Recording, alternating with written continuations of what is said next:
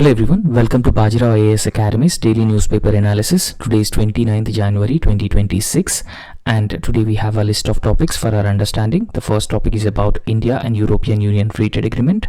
The second topic is about falling rupee and how diplomacy is going to address falling rupee. Third topic is about Gig Worker Welfare Board constituted by Karnataka state government, and then we'll also understand about Nipah virus cases increasing in West Bengal, and in this context we'll understand what exactly is a Nipah virus. Right, so let's get to understand. Previously I have a prelims practice question which was given yesterday. The question is about the gallantry awards. So let's look at this gallantry awards. Consider the following statements with respect to gallantry awards. The first statement says that these awards are given by the government of India to individuals who have made significant contributions in various fields such as art, literature, science, public service and social service. Now understand that this is an incorrect statement. Why? Because gallantry awards are actually given to the armed forces personnel, but they are not being given to the personnel who actually done exceptional work in literature, science, public service and social service. So this is incorrect statement. The second statement says that these awards announced twice a year. Yes, it is true. These awards actually announced twice a year, once in August 15 and then January 26. During Independence Day and Republic Day, these awards are actually being given. The highest gallantry award is Paramveer Chakra, followed by Ashok Chakra in terms of precedence. Yes, this statement is also absolutely correct.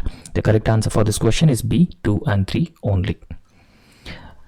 Right, so today also we have an important prelims practice question based on this Nipah virus cases which are increasing in the state of West Bengal. Consider the following statements regarding Nipah virus. Nipah virus is a non-zoonotic virus that spreads only through environmental exposure. And then the second statement says that domestic poultry birds are natural reservoir host of the Nipah virus. Third statement, effective antiviral drugs and licensed vaccines are widely available for the treatment and prevention of Nipah virus infection. So select the answer with the how many statements above given are correct. So just comment this answer in the comment section and we'll be giving you the correct answer along with the explanation in tomorrow's class. So we'll also discuss about the Nipah virus and what are the causes of Nipah virus and how it spread from one individual to another individual, whether Nipah virus is a contagious disease or not.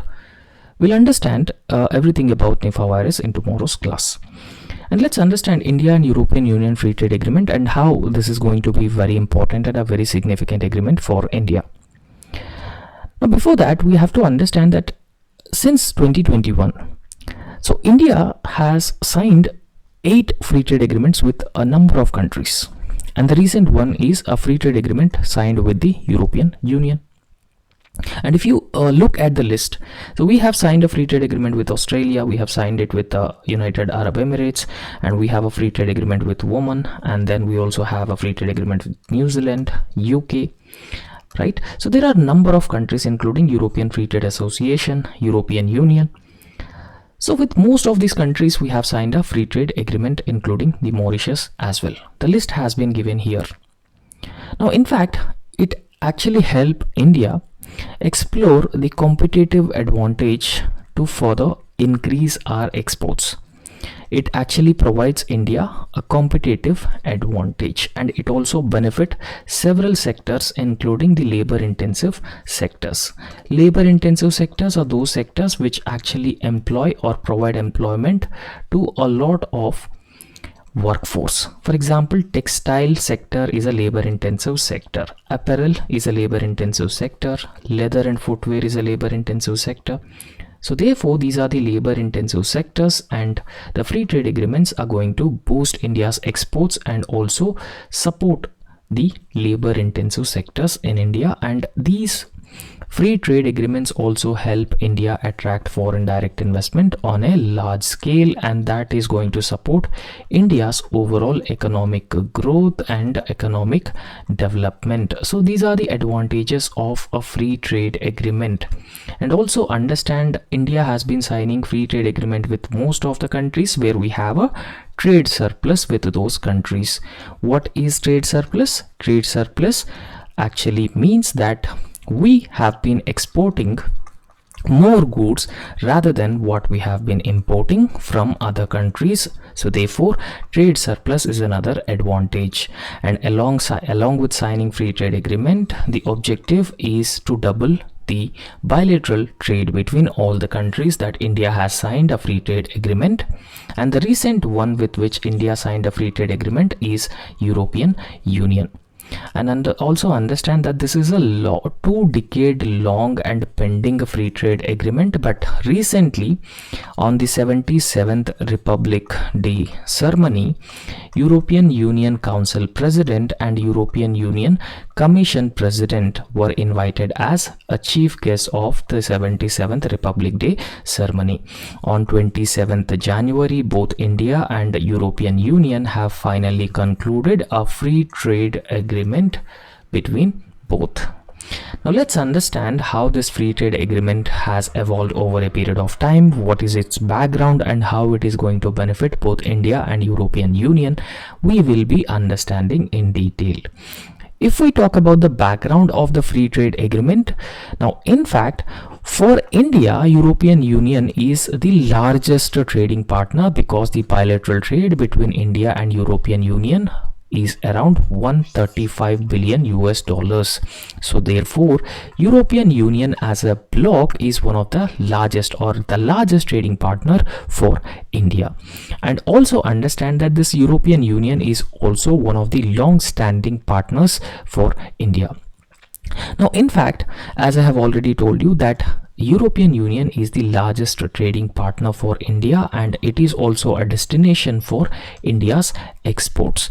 However, the negotiations between India and the European Union were started in the year 2007. However, even though they were started in 2007, there were multiple or regular pauses in the negotiations between India and European Union to sign a comprehensive free trade agreement. However, what causes actually the pauses between India and European Union? This include the market access, regulatory standards, agriculture, automobile and services. So these are the areas which actually India is sensitive with respect to the free trade agreement. Agriculture is a sensitive area, and dairy is also a sensitive area, and apart from that the regulatory standards, automobiles, services. So these are the sensitive areas, and because of this reason the free trade agreement has been paused a number of times, even though the negotiations were started in the year 2007. But in order to understand this in detail, European Union actually set certain standards for data localization, and India is also having concerns with respect to the data privacy. And India is sensitive to sectors like agriculture and dairy farming. India wanted to protect its farmers. And apart from that, European Union very often link this free trade agreement or trade with the environmental standards and the labor reforms or labor regulations as well. So these are some of the issues which are existed, or which are the long pending issues which further delayed the free trade agreement between India and the European Union. And also understand, in 2022 the talks were again revived. And in fact, from 2022 onwards, both India and European Union have started adopting a pragmatic approach to conclude the free trade agreement. And finally, on 27th January 2026, India and European Union have concluded a comprehensive free trade agreement that is going to benefit both India and European Union. And on this image, you could also see the potential of the trade because of this free trade agreement between India and European Union. The untapped export potential would be around 659.9 billion US dollars. So this is a huge potential that India and European Union are going to untap or tap this potential, right? So therefore, if we talk about this, what are the key features of India and European Union free trade agreement? So what are the areas, or what are the sectors which are going to benefit from this? Right now, in this context, India and European Union's free trade agreement. So this is one of the ambitious trade agreements which are being signed by India to date. Understand, from 2021 onwards till now, India signed almost free trade agreements with 8 countries, including UK, which was earlier part of European Union, but due to Brexit, UK was out of the European Union.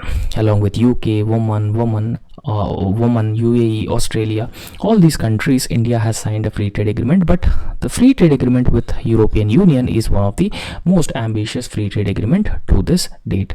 And also understand, this free trade agreement not only cover goods, but it also covers the services as well, and it also covers the investment related aspects as well. Under this free trade agreement, the European Union countries are going to invest in India through FDI, and Indian investments into European Union will also be part of this free trade agreement.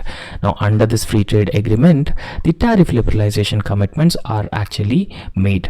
Particularly, if you look at the tariff liberalization commitments from European Union agreed to remove 99.5% of the tariffs on the items that are being exported from India to European Union. And in fact, most of the sectors are actually opened with the zero tariff upon the agreement coming into the force. However, also understand that this agreement will not be immediately coming into force. It has to be ratified by the European Union Parliament, and it should be ratified by the Indian Parliament as well. But before that, it has to go for the legal scrutiny clause by clause. Before that, after the free trade agreement has been signed, it has to be ratified by the parliaments of both European Union and India. However, if we look at India, so India has also provided tariff concessions, that India has actually offered 97.5% of the traded value of European Union exports. However, in fact, there will be a phased reduction in the tariffs in the sensitive sectors. If we look at India, what are the sensitive sectors? Agriculture is a sensitive sector, and then dairying is also a sensitive sector. And apart from that, there are certain sensitive sectors. In those sensitive sectors, so tariffs liberalization would be done in a phased manner, but not immediately done. Right now, why these are sensitive sectors? Because the goods from these countries should not flood the Indian markets, because that is going to affect farmers and their livelihoods.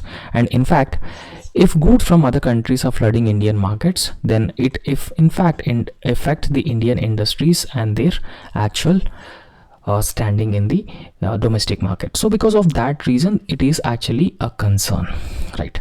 However, the asymmetrical liberalization actually reflects India's developmental concerns while ensuring the substantial market access gains as well. Now, what India gets from the European Union, right? So with respect to marine products, the old tariff was 26%, and this marine tariff is going to be 0 under this free trade agreement. On chemicals, earlier it was 12.8%, and it is going to become 0%. Plastic and rubber, 6.5%, it was old tariff, and it is going to become 0. Similarly, leather and footwear, 17%, now it is 0%. Also understand the plastic, rubber, leather and footwear, marine products, so these are labor intensive industries. So since labor intensive industries are getting benefited from this tariff liberalization, there is a chance that it is going to create a gainful employment opportunities for India's youth, including textile sector. This is also a labor intensive sector, apparel, clothing. So all these sectors are going to benefit from this free trade agreement between India and European Union. And also understand that India has actually secured the tariff reductions across 97% of the tariff lines in European Union, and that actually covers 99.5% of the total trade value between India and European Union. And in fact, also understand that, as I have already told you, that European Union is India's largest trading partner. So therefore, about 90.7% of India's total exports will enjoy zero duty access to the European Union market from day one. Now, in fact, if we talk about the key beneficiaries including labor intensive sectors such as textile sector, apparel, leather and footwear, gems, jewelry, all these sectors are the labor intensive sectors. So therefore, tariff liberalization, India's exports to European Union are going to be further encouraged and incentivized by zero tariffs or tariff liberalization, particularly benefiting sectors which are labor intensive sectors, and all these sectors are labor intensive sectors. So therefore they are going to create gainful employment opportunities for India's youth in the coming years, and this is also going to benefit a lot of people. Particularly we have a demographic dividend, and there is a need to use this demographic dividend in a right way, and it is also believed that these free trade agreements with a number of countries are going to create a large scale employment opportunities. The large scale employment opportunities means the social security, social safety, and the formal employment opportunities for India's youth, and utilizing the existing demographic dividend in a right way. So these are the benefits that we have with the free trade agreement, particularly benefiting sectors which are labor intensive sectors. And also understand, as I've already told you, that these sectors are important for employment generation and even export led growth as well, right? So this free trade agreement between India and European Union, it covers both goods plus services. So therefore, in this context, European Union has already made commitments across 144 services subsectors, that including IT and even IT enabled services, professional services, education, and even the business services as well, right? So therefore it will further enhance the opportunities for India's professionals and firms in high income markets, and it will further strengthen India's position in the global value chains as well. Now you could also see that how this free trade agreement is going to benefit India and how this is going to benefit the European Union through tariff liberalization. So if we talk about the European Union, so motor vehicles, earlier the motor vehicles were 110% of tariffs, but this is going to be reduced to just 10%, and and wine, so 150%, and this is going to be reduced to 20% and 30%. Spirits, earlier 150%, now it is 40% only. Beer, olive oil, kiwis, pears, so everything is going to be benefited from this free trade agreement from the European Union side as well. Now India's labor intensive sectors are going to benefit from this by exporting the goods which are manufactured in these labor intensive sectors. And apart from that, this signing of the deal expected later this year, and legal scrubbing to take place in 4 to 5 months. After this legal scrutiny, it has to be ratified by the parliaments of European Union and India, and so this deal is expected to come early next year, and India will also receive the same flexibilities as US on European Union's carbon tax, right? So if we talk about the handling of sensitive sectors, so how India and European Union have actually handled the sensitive sectors, because there are certain sectors which are called as a sensitive sectors for both these countries. Understand that automobiles and wine were among the most contentious issues. Now, in fact, a compromise has reached between India and European Union through quota-based system and even phased-based reduction of the tariffs. And India even agreed to lower import duties on European Union cars, which are actually priced above rupees 25 lakh from 110% to just 10%. So therefore, the car prices are going to reduced. So in fact, it is also subjected to quotas and even price-based categories. However, what about the wines tariffs? So the tariffs on the wines will also get reduced from earlier 150% to 20 to 30% under, again, a quota mechanism, right? So therefore, this approach actually balances the consumer access of these European Union products and at the same time the domestic industry concerns and the protection. So protecting domestic industry is also a concern for us, along with the balancing consumer access. For example, if tariffs are higher, the prices will also be higher. It makes the consumer access, consumer may not have the access to these products. So therefore, balancing the consumer access and domestic industry concerns is very important, and that is fairly reflected in this India-European Union Free Trade Agreement. Now, if we talk about the strategic and geopolitical significance of India and European Union Free Trade Agreement, for the European Union, It reduces the overdependence on a limited set of global suppliers, and it further strengthens the supply chain resilience amid the global geopolitical uncertainties. Now understand that as of now, US has imposed 50% tariffs on Indian exports to US, and US was also one of the largest trading partner for India. So therefore, India actually required the alternatives. India needs to diversify its export basket. So therefore, in fact, for the European Union, so how it is going to benefit?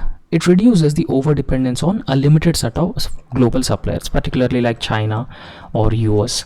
So they are the limited set of global suppliers, and European Union might reduce its dependence on these suppliers, and European Union will further strengthen its supply chain resilience because of the global particularly at the point, particularly in the middle of this global geopolitical uncertainties. So global geopolitical uncertainties are from US, right? So US unpredictability, uncertainty. So at this point of time, it will help strengthen supply chain resilience for the European Union, and it will also reduce European Union's dependence on few limited supply chains. However, how it is going to benefit India? So as I've already told you that 50% tariffs are imposed on India exports to US, and India is also facing the global geopolitical uncertainties. So therefore, at this point of time, so India is going to become a reliable economic partner for a number of countries, including the European Union. And India has also launched programs like Make in India and Atmanirbhar Bharat. So this free trade agreement is going to benefit or complement these programs as well by integrating the domestic manufacturing with the global markets as well. So whatever we have manufactured in India, so the manufactured products can be exported to the other countries as well. Right now, in fact, both India and European Union together, they are contributing for 25% of the global GDP, and it encompasses 1/3 of the global trade largely.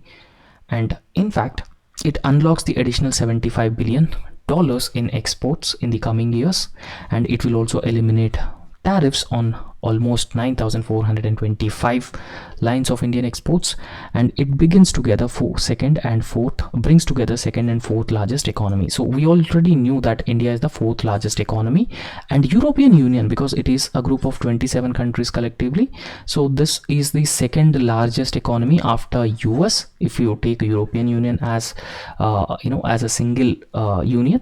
So European Union is the second largest economy and India is the fourth largest economy, and this free trade agreement rightly integrates India with the 27 countries as well.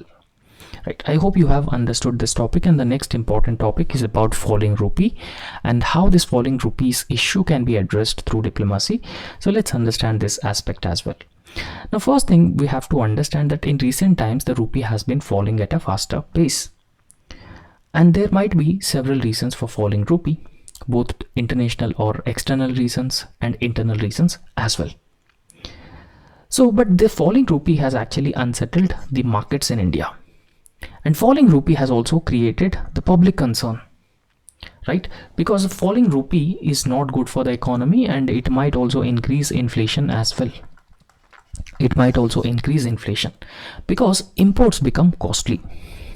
What will happen with a falling rupee? Imports become costly, and costly imports means higher inflation in a country like India. So inflation is not good for any country, and particularly country like India, inflation is not good, right?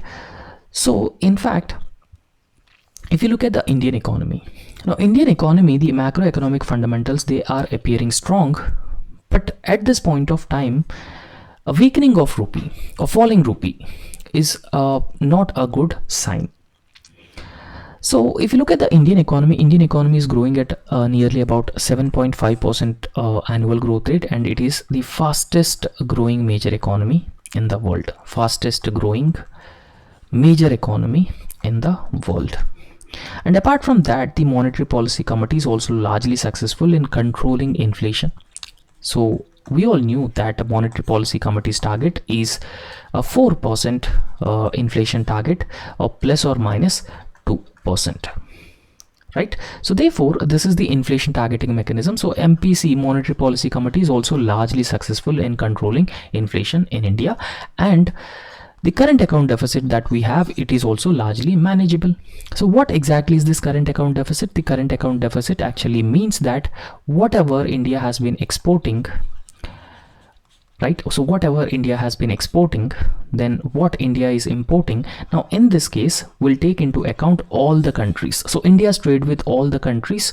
If we are importing more than what we are exporting to all the countries, we are having the current account deficit. So there are some countries which also have the current account surplus as well, but as of now we don't have the current account surplus. So we have current account deficit, right? So this current account deficit is also manageable. However, despite the positive growth indicators, the rupee has been depreciated by around 6% since April 2025, and this is absolutely not a good signal for a country like India, right? So in fact, so there is a contradiction here. So what is the contradiction? The contradiction is that there is a positive signal that India's economic growth is good. India is the fastest growing major economy. There is a lower inflation. There is a manageable current account deficit. But on the other hand, the rupee is falling. So therefore, there is a clear contradiction here. So this contradiction actually requires a closer assessment or a closer examination to understand the causes of the falling rupee despite Indian economy is performing better. And it has also been highlighting the growing importance of diplomacy in arresting rupee's fall. How we are going to use diplomacy in a better way to arrest the falling rupee. Now, one thing that you could really see a contradiction here. What contradiction we have here? The contradiction is strong economic fundamentals and a weak currency. So this is actually the contradiction, right? So however, if you look at India's economic performance, India's economic indicators, so they actually show us a reassuring picture. What reassuring picture that they are actually showing us? Because as we have already discussed that India economy is growing at a 7.5% per annum every year, and inflation is under control, and the CPI inflation is also falling below RBI's lower tolerance band. What is the lower tolerance band? So as I've already told you that under Monetary Policy Committee framework, RBI must maintain the inflation of 4%, but the lower tolerance limit should be -2%. And upper tolerance limit is +2%. So that means 2% inflation or 6% inflation. So but RBI's Monetary Policy Committee's target should be controlling inflation at 4% only. Now in this context, so CPI inflation is below this lower tolerance level for several months, and current account deficit also remains modest. But if you look at the trade deficit, the trade deficit of India is slightly higher than the previous year. But even though it is slightly higher than the previous year, it is not alarming enough. It is not a significant cause of concern. But falling rupee or rupee depreciation is a significant cause of concern because it is going to affect inflationary trends, or it is going to create inflation. So these factors are actually suggesting a conventional economic weaknesses are not driving the currency's decline. Then what other factors which are actually driving the depreciation of India's rupee? Now, if you look at this image, what is actually happening to the Indian rupee? So rupee has crossed more than 90 per dollar mark recently. So however, this has actually triggered the panic because people assume a weaker rupee means a weak Indian economy. Now, in fact, the currency movement is not just about India alone, but it also depends on what has been happening globally, especially what has been happening in US, and that affects India's rupee and its value. So therefore, the real question is not is the rupee falling, but why it is falling, and should we panic, and what we should do to arrest falling rupee. So these are main questions and fundamental questions that we have to look into, right? So in fact, what is actually the main villain in falling rupee? That is capital outflows. The capital outflows is the main reason. Now understand that in India there are two different types of foreign investments. One is the foreign direct investment, the other one is foreign portfolio investment. Now, foreign direct investment is a long-term investment, but foreign portfolio investment is a short-term investment. Right? So, however, if we look at the foreign portfolio investment, it is a short-term investment. It focuses on earning quick returns on investments. However, there will be no control or limited control on the foreign portfolio investment. That means understand that if more foreign portfolio investment coming into Indian economy, it may strengthen the Indian rupee. If more foreign portfolio investment is going out of Indian economy, then it is known as the capital outflow. So the capital outflow means it might create the forex shortage. The forex reserves shortage in India. The shortage in forex reserves increases demand for the dollar. Increasing demand for the dollar weakens the Indian rupee. So this could be one of the major reason for the falling rupee, right? Because there is a no control or a limited control. But if you look at foreign direct investment, there will be a significant control on the foreign direct investment. Now, in fact, the foreign direct investment is also made in tangible assets, for example, factories, buildings, assets. But foreign portfolio investment is different. It is an investment on financial assets such as stocks, bonds, all those things, so that they can withdraw the money whenever they want it. Right? So if you talk about the returns of the foreign portfolio investment, they earn dividends, interest, and the capital appreciation. Right? So it is very flexible regulation and easier entry and easier exit as well. So these are actually the problems which are existed with this foreign portfolio investment. Right? So in fact, the foreign portfolio investment is also known as fly by night or even hot money, because they can entry and exit at any point of time with no regulation or limited regulation.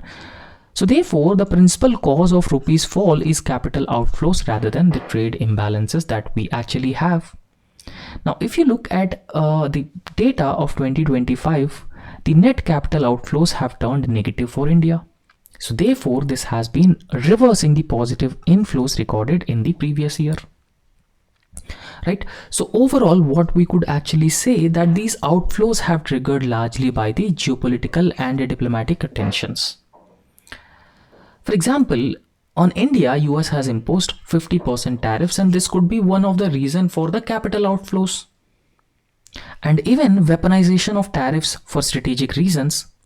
So it has generated uncertainty and fear among the investors, and that has prompted them to pull out the capital out of India. However, unlike the earlier episodes, the rupee depreciation is largely driven by the global monetary tightening, and even current situation lacks a clear economic rationale. So therefore, what we can say that these capital outflows is the main villain behind the falling rupee. Right. So what interventions are made by the RBI in this context? Because if rupee is falling, RBI can actually intervene to arrest falling rupee, because it is not good for the economy. Now, under the market determined exchange rate, so Reserve Bank of India does not aim to fix rupee's value. The rupee's value is just determined and fixed by the market itself. But RBI intervenes to reduce the excessive volatility of Indian rupee. Right? Because in market determined exchange rate, the rupee's exchange rate with the dollar will not be determined by the RBI. It will be left to the market. But sometimes RBI will also intervene to reduce excessive volatility in the rupee and its value. Right. So if you look at the present context, what RBI is intending for? The RBI is actually looking to smoothen the pace of depreciation rather than preventing the depreciation of Indian rupee altogether. Right? So understand that Indian rupee is falling at a rapid pace or a faster pace. What RBI wanted? RBI wanted that Indian rupee should not fall at that faster pace.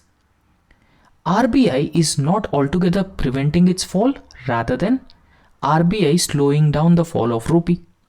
However, monetary tools alone are insufficient when non-economic pressures dominate the currency movements. So this is the intervention that RBI is actually coming up with. So why diplomacy is the key solution here? So if we talk about the diplomacy, which is a key solution, devaluation is unlikely to provide a meaningful relief, right? So even if we devalue our Indian currency further, right? So devaluation is not going to help. But what can help? The market fundamentals, increasing investor confidence, attracting more foreign direct investment, and India signing free trade agreements with other countries, US reducing tariffs on Indian goods, or India finding out other countries for India's exports, and reducing India's dominance on dollar. So all these factors can actually a diplomatic solution to address the falling rupee. So India's exports have high import content, right? So therefore elevated US tariffs will limit the export gains as well. So these factors, US tariffs and whatever we are exporting, the content in these exports is also imported, right? So the content is also imported. So this is another factor. So however, weakening rupee further raises the cost of essential imports such as crude oil, fueling inflation in a country like India. That is not good for the economy. So since falling rupee's fall is driven by diplomatic tensions, a diplomatic solution is crucial and important in this context, right? So let's understand another very important topic, which is about Karnataka constitute a gig workers welfare board. So the gig workers welfare board dealing with particularly for the welfare of the gig workers. Now in this context, let's briefly understand why it is in news, why Karnataka has created gig workers welfare board. Now in recent times, the gig economy, right? So the gig economy is a buzzword in India. It has emerged as a significant source of employment for India's youth. Wherever you see the online delivery platforms, the workers who are engaged with online delivery platforms, Flipkart, Amazon, Swiggy, Zomato, Rapido. So everything is gig economy. So this gig economy has been fueled by the digital platforms in transportation, delivery, logistics, and e-commerce.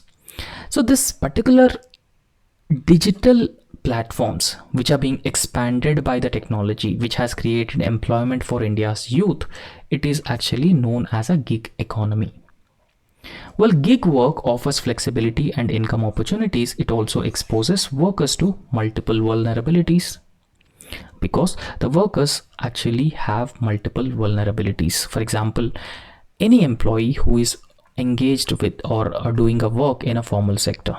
So in a formal sector, so fixed salary, fixed wages, social security, health insurance, limited working hours, and a double salary or increased wages in case increased working hours, right? So therefore any worker who is engaged in the formal sector, so he's going to enjoy all these benefits.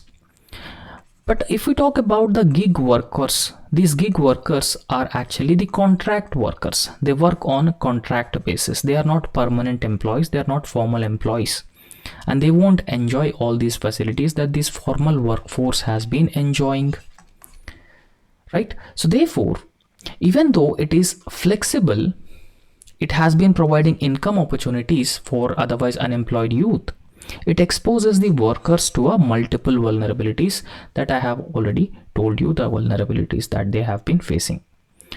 So therefore, recognizing these challenges, the Karnataka government, for the benefit of these workers, has taken a pioneering step, which is constituting Karnataka platform-based gig workers welfare and development board. Right. Now, who are these gig workers? Let's briefly understand this. Who are actually the gig workers?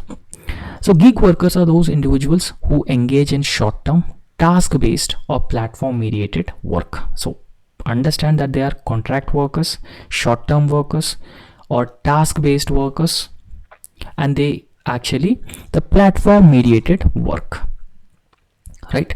So therefore it is actually different from the traditional employer and employee relationship.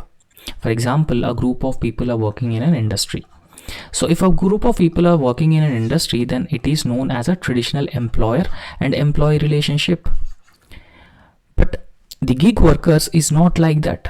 It is different, right? So if the assigned task is completed, then the relationship with the company will end immediately, right? So therefore it is just a platform mediated work. It is not a traditional employer and employee relationship. So in India, this includes app-based drivers, delivery partners, warehouse handlers, and even freelance service providers. So all of them are working with Uber, Zomato, Amazon, and Porter. So they are actually known or classified as a gig workers. So what are the benefits of the gig workers, or what are the downsides of the gig workers? Now understand that it has been creating employment opportunities for India's youth on a large scale, and in fact women are also getting benefited from this gig workforce. And another benefit is it is providing us the flexibility which we actually required. So flexibility, employment, and then it is also making people's access to services easier, and it will also be providing us the price advantage for the consumer. So these are the benefits of the gig worker. So what are the downsides of it? So inconsistency in services, the partners arm twisted by the service providers, no social security, right? So poor conditions of work, double or no fixed conditions, no fixed work hours. So these are all the problems that the gig workers have been facing, right? So therefore what are the challenges for the government? It is mostly unregulated, so therefore there is a need to regulate, there is a need to ensure welfare of the gig workforce, and there is a need to prevent exploitation of these gig workers. So these are all challenges before the government, and these are the platforms which actually engage the gig workers, right? Now in this context, what are the key issues faced by gig workers in India? Now if you look at the key issues that gig workers have been facing, they are facing both economic issues as well as structural issues.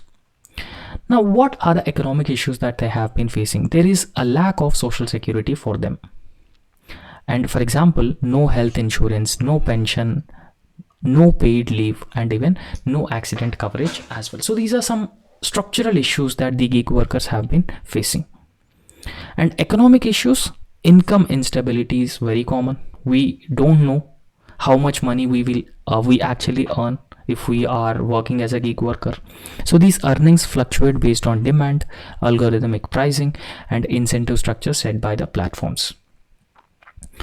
And apart from that, the workers also bear the costs such as fuel, vehicle maintenance, and even digital tools. All these costs are being borne by the gig workers themselves. And there is no grievance redressal mechanism for these grievance workers, and there is no job security for the gig workers. So all these factors have been making them more and more vulnerable for these arbitrary deactivation by the platform. So platforms are actually exploiting the gig workers, or they can also take arbitrary decisions against the interests of the gig workers. So these are actually the problems that the gig workers have been facing. So in order to address the gig workers, the pioneering step has been adopted by the Karnataka state government. It has established Gig Workers Welfare and Development Board. So this is going to address the problems of gig workers in the state of Karnataka, right? So who will be the members of the Welfare Development Board in the Karnataka?